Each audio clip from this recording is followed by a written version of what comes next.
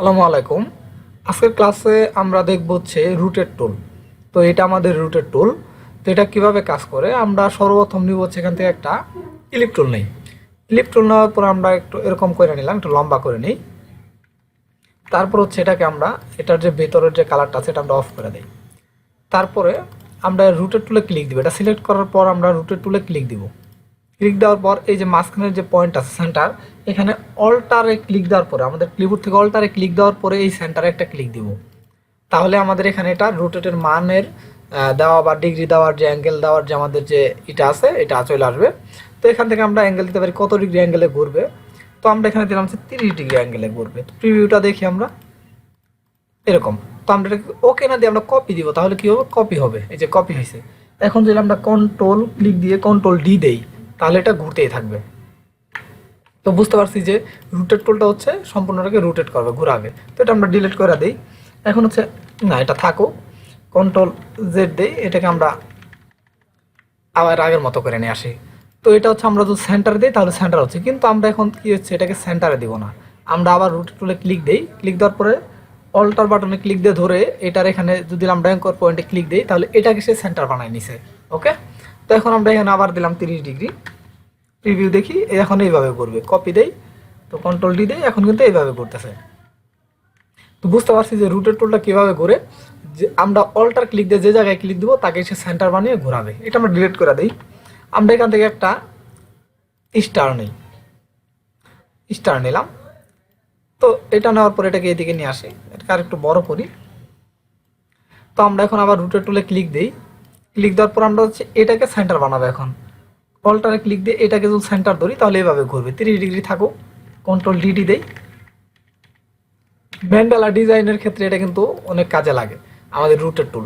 তো এরকম হবে। এটাকে আমরা ডিলিট করে দিলাম। এখন আমরা চাচ্ছি যে আমরা কি করব, একটা এডিট টুল নাই, এরকম নেওয়ার পর এটার চারপাশ দিয়ে আমরা কি করতে চাই, এটাকে ঘোরাতে চাইতেছি। যেমন হচ্ছে আমরা একটা বৃত্ত নিব, এখানে বৃত্তটা এখানেই থাকুক। ওকে,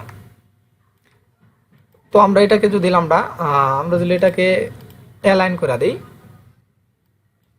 দুইটাকে সিলেক্ট করে অ্যালাইন করে দিলাম। ওকে, এটাকে ক্লিক দেওয়ার পরে আমরা যদি এখানে রুটেটে ক্লিক দেওয়ার পরে এটার মাঝখান বরাবর আমরা এই যে সেন্টার আসার পরে অল্টারে ক্লিক দিই, সেন্টারে ক্লিক দিই, তাহলে সেন্টারে করে ঘুরবে এদিকে। 30 থাকুক, আমরা ইচ্ছা করলে আর বাড়াই দিতে পারি, ইচ্ছা 15 করে দিলাম। ওকে, কপি দিই, তো 15 ডিগ্রি হ্যান্ডেল কন্ট্রোল ডি দেই, তাহলে সেইভাবে কিন্তু ঘুরবে। তো বুঝতে পারছি যে রুটেড টুলটা হচ্ছে আমরা ক্লিক সিলেক্ট করার পরে তার সেন্টার পয়েন্ট অল্টারে ক্লিক দিয়ে যে জায়গায় ক্লিক দিব সেটাই তার সেন্টার পয়েন্ট হবে। তো এটা আমরা আবার ডিলিট করে দিই।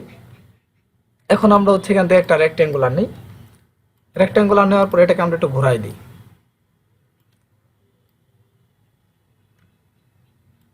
ঘুরাই দিলাম। তো এটাকে সিলেক্ট করার পরে আমরা আবার রুটেড টুলে ক্লিক দিলাম। আমরা যাচ্ছি এটার সেন্টার হবে এই জায়গায়। তো এখানে যদি আমরা অল্টারে ক্লিক দিয়ে জায়গায় ক্লিক দিই তাহলে সে এই পয়েন্টটাকে সেন্টার ধরে ঘুরতে থাকবে।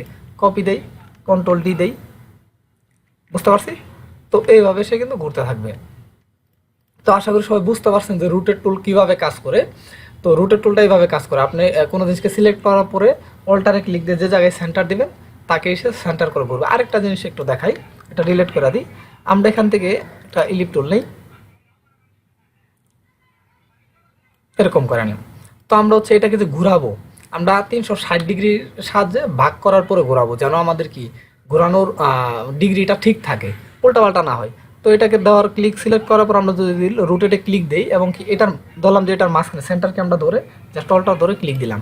তো এখানে কিন্তু আমরা ভাগ করতে পারি। যেখানে এখানে যদি আমরা 360 দিই, 360 এই যে ভাগ, আমরা চাচ্ছি যে এটা ভাগ হবে 15 দেওয়া যদি আমরা এখানে প্রিভিউ দিই তাহলে যে 24 ডিগ্রি হয়ে গেছে। জাস্ট যদি কপি দিই এখন এরকম কন্ট্রোল ডি, আমরা কিন্তু ওখান থেকে সরাসরি ভাগ করে দেখতে পারি যে কত ডিগ্রি অ্যাঙ্গেলে ওটা ঘুরবে। তো আশা করি সবাই বুঝতে পারছেন যে এইভাবে আমরা কাজটা করতে পারি। তো আজকের ক্লাসটা এই পর্যন্তই। সবাই ভালো থাকবেন। আসসালামু আলাইকুম।